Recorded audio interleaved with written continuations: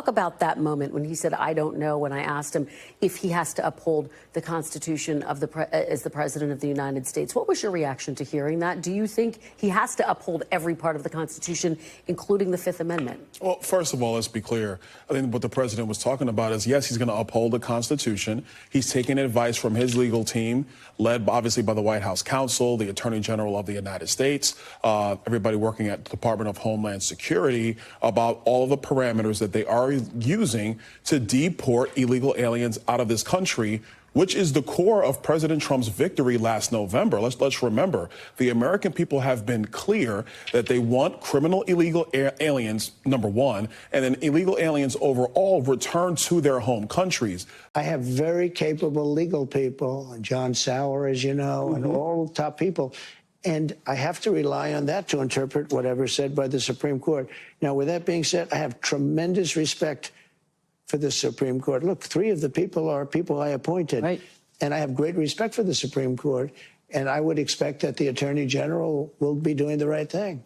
Your Secretary of State says everyone who's here, citizens and non-citizens, deserve due process. Do you agree, Mr. President? I don't know. I'm not a lawyer.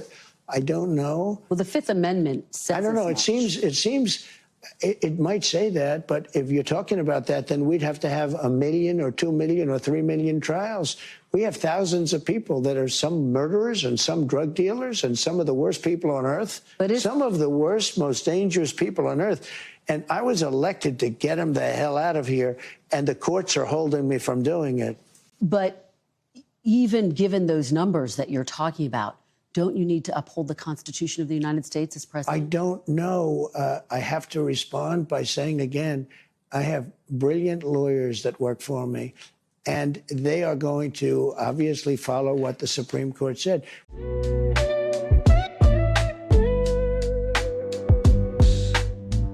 Hey, welcome back to the channel. It's your man Wise, and today we got to talk about the scope of the Fifth Amendment and its implications for immigration enforcement.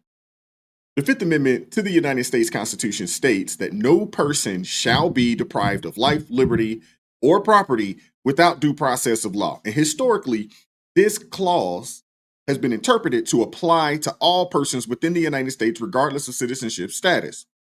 This interpretation ensures that everyone, including undocumented immigrants, is entitled to due process protections. However, this broad application raises complex questions, especially in the context of immigration enforcement. President Trump's administration has emphasized the need for efficient or decisive action to address illegal immigration. For instance, the administration has implemented policies aimed at expediting deportations and reducing the burden on immigration courts. These measures are designed to uphold the rule of law and maintain national security. Now, critics argue that such policies may infringe upon the due process rights of undocumented immigrants. They contend that every individual, regardless of legal status, deserves a fair hearing before facing deportation.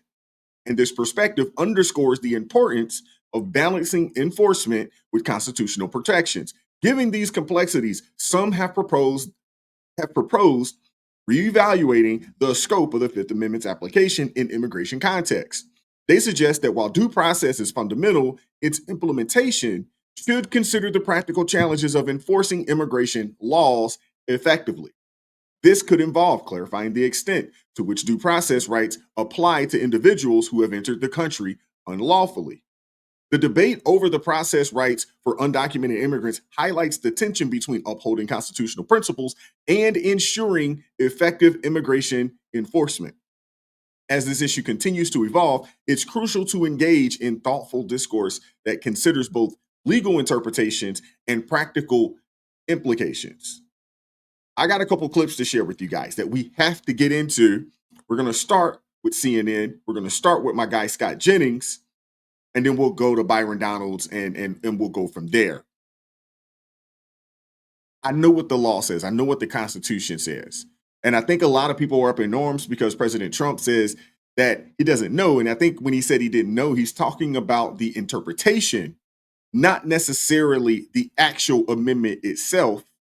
And they're trying to figure out how they can expedite these deportations. I mean, you got to think about this, man. 21 million people came across this border illegally over the past 4 years.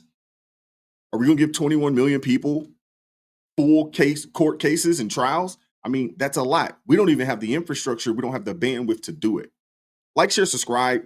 Let's get into the videos. You're describing illegal immigration, which has been around for a long time, as an invasion, which is fine for you if you want to do that. But why is that unusual that there's a process to go through to deport people? I mean, that's actually just how the system works. Do you know how long it takes for this process, this paperwork to get people out? The guy that we've all been weeping and gnashing teeth over, the guy we sent to El Salvador, was in the country 14 years illegally. But what about what We've got Dante's- millions of people who have gamed this system, what and about now what we're going to Dante- give it Either you some more. believe in the Constitution or you don't.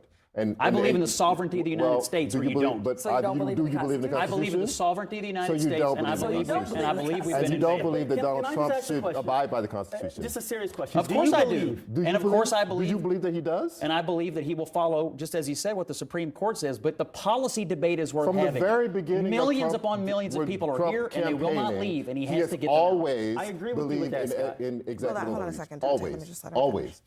From the very beginning, from 2016, he has believed in executive overreach. We've all seen that. He said it.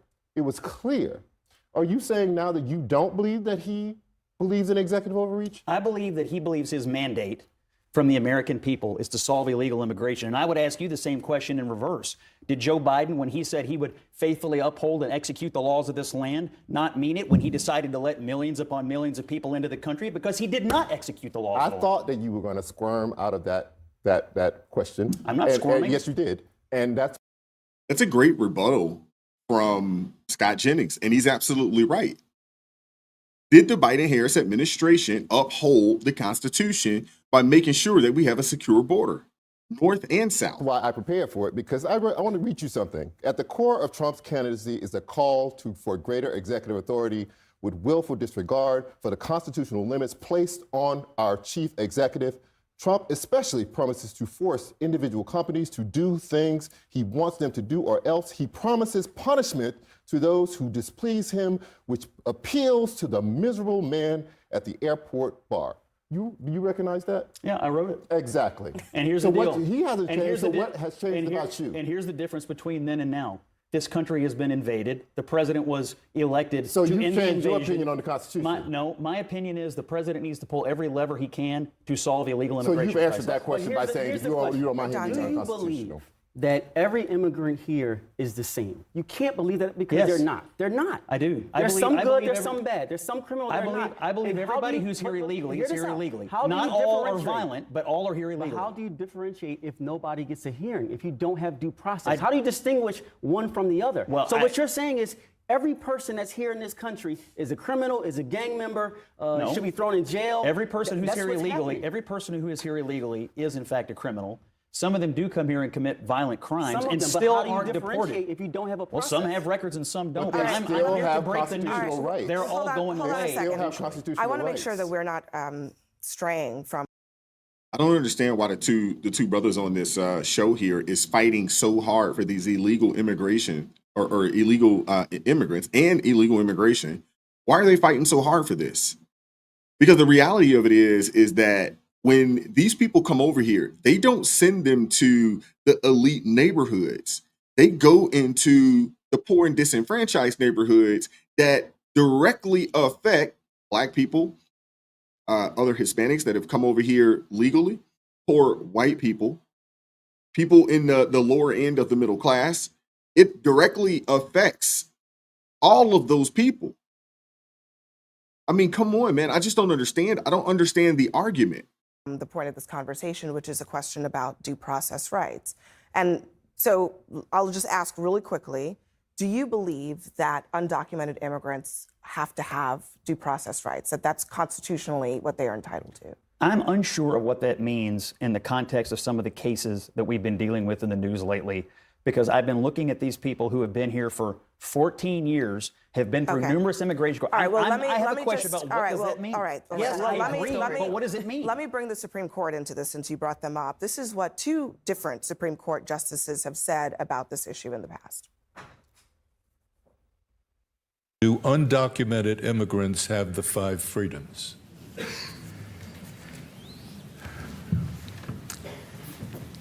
Oh, I think so. I think anybody who's present in the United States has protections under the United States Constitution. The 14th Amendment, it doesn't speak of citizens, as some constitutions grant rights to citizens, but our Constitution says person. And the person is every person who is here, documented or undocumented. Batya, I wonder why it's so difficult to understand a pretty simple concept. If Trump wants to deport illegal immigrants, he can do that, but he ought to do it legally. Do you think that that is a fair thing to say at this moment? I do. I do think the media is pulling another, dictator for a day hoax right now, because it's clear when Trump said, I don't know, what he meant was what he finished his sentence saying, which is, I don't know where the Supreme Court is going to come down on whether deporting these illegal migrants is constitutional or not. It's very obvious, yet every single headline... You just called it a hoax, so let's just play. Can we play it again in the control room, what Trump said in response to Kristen Walker? Your Secretary of State says everyone who's here, citizens and non-citizens, deserve due process. Do you agree, Mr. President? I don't know. I'm not a lawyer.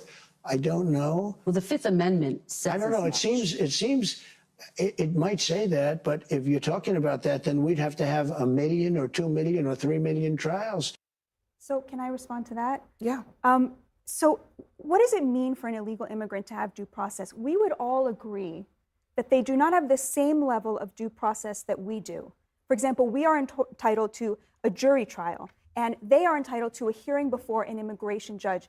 Do you know who the immigration judges work for? They work for the executive branch. They work for what? Which means that they work for Donald Trump. You're actually making a great point of the due process that they get. But Donald Trump doesn't even want to give him even that due process. I think that's part of the problem. He's not sure the level to which they are entitled. She didn't ask about what level of due process. That's a very basic statement. No, the reason I'm jumping in here is because she did not ask him should they have a jury trial? Should they not have a jury trial? She just said whatever process they are entitled to. If they're immigrants and they're in an immigration proceeding, then yeah, you're absolutely right. It's a different type of proceeding. It's actually more of an administrative proceeding. It's a much lower standard as well. Even still, they are trying to circumvent that minimal amount of due process. Then why is and it the question is, let me give why? you an example. I'll give you an example. In the example of Kilmar Obrego Garcia, I believe he already got his due process. Yes. He had a deportation order. So for Trump to be asked, does that man deserve more due process? I think the answer is absolutely not. I don't want another dime of my taxpayer dollars to go to. He was not supposed to be sent to El Salvador. He had a deportation. Let's put Kilmar Abrego Garcia to the side for just I'm just using him as an example I know that you are, of someone who but I Trump also could think very legitimately say Okay. does not need any more due process. Well, it's not Trump's decision to decide that. I think that's the end of the story, is that it's not Trump who decides when the due process ends. It's a process for a reason. Or to unilaterally decide this person is good, this person is bad, because I saw a picture of fake tattoos or whatever it is. But there's got to be some clarification around what due process means. Because if a person has already been caught up, they've already been given a deportation order, that means that they've already had a hearing, and the hearing, what's the word I'm looking for? The conclusion of the hearing is that this individual is to be deported. Now, why that didn't happen way back when, for the life of me, I don't understand why.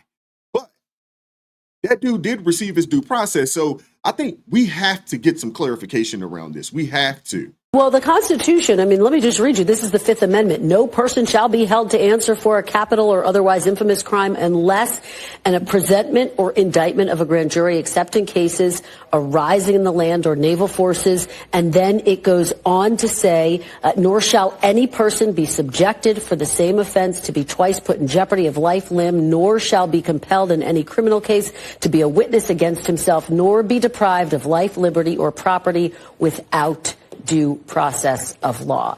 So the Constitution says any person, not citizen. And therein lies the debate and the root of my question. I mean, does any person just apply to citizens in your mind, or does it apply to citizens and non-citizens? The Secretary of State, Marco Rubio, says it applies to citizens and non-citizens. Well, let's be very clear. First and foremost, when the framers wrote our Constitution, they never envisioned that there would be an executive that would allow millions of people to come into the country illegally. They never fathomed that. Number two, more importantly, you have a situation right now. Is it okay for any administration to not follow the law, abuse border security laws, let millions of people in, and then hide behind the court system to say, well, now they're here, so now we have to go through a lengthy process? Let's examine this right now.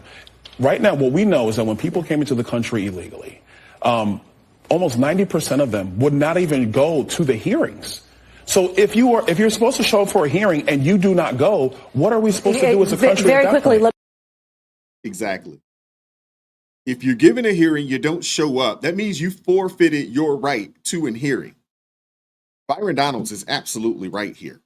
He's absolutely right. The Biden-Harris administration's border policies have led to significant challenges impacting American taxpayers, public safety, and the labor market. Economic impact, the financial burden on U.S. taxpayers due to illegal immigration is substantial, to say the least. And according to House Budget Committee, illegal immigrants are a net fiscal drain, receiving more government services than they pay in taxes.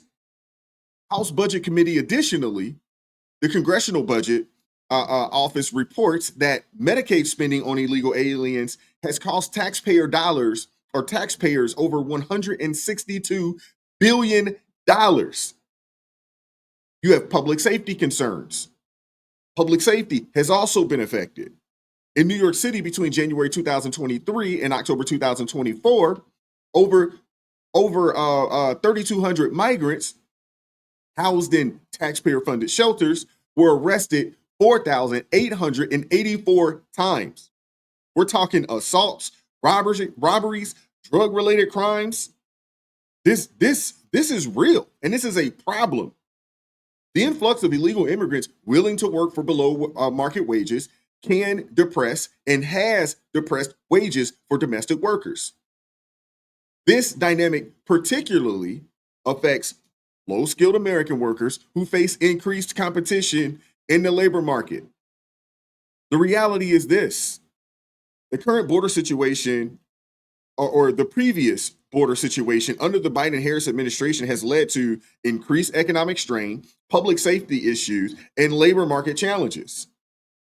These are the facts. And the fact that legacy media wants to uphold this moral standard of, yeah, we let these people come through. Yeah, we didn't give them, there was no hearing for them to get here, but they got to have one on the way out the door. So no due process coming in, but they want full due process on the way out. And I have a problem with that. And I would like the Supreme Court to get involved in it. There needs to be some changes and adjustments to the Fifth Amendment. Now, as it stands and as it writes today, legacy media, they're right. And anybody on the left that's advocating for these illegal immigrants to have due process, they're right as per the Constitution. It does not say citizen. It does say persons, anybody that is here. But this right here is even more of a reason why we should never vote Democrats back into power, because they knew what they were doing. These people played a long game. They knew what they were doing. They knew that, hey, if we get these people over here, we can fight tooth and nail to make sure that they stay. And the goal is simple. We want to put these people in strategic places when the 2030 census comes around. That's going to give us the ability to get some more House seats with hopes that we'll have full control of the House. That's what this is about. It's about power. It's not about these people. They do not care about these illegal immigrants. They don't care. No different than they don't actually care about their poor constituents. They don't care. This is about them and their ability to maintain power. But I want to hear from you guys in the comment section. Like, share, subscribe, turn the notifications on to all so you never miss an upload. Consider joining the ARP family, or you can buy your man a coffee. That link's in the description box below if you'd like to support this channel financially. I appreciate everybody that does. Keep God first. Stay prayed up. We'll catch up with you all next time. Peace.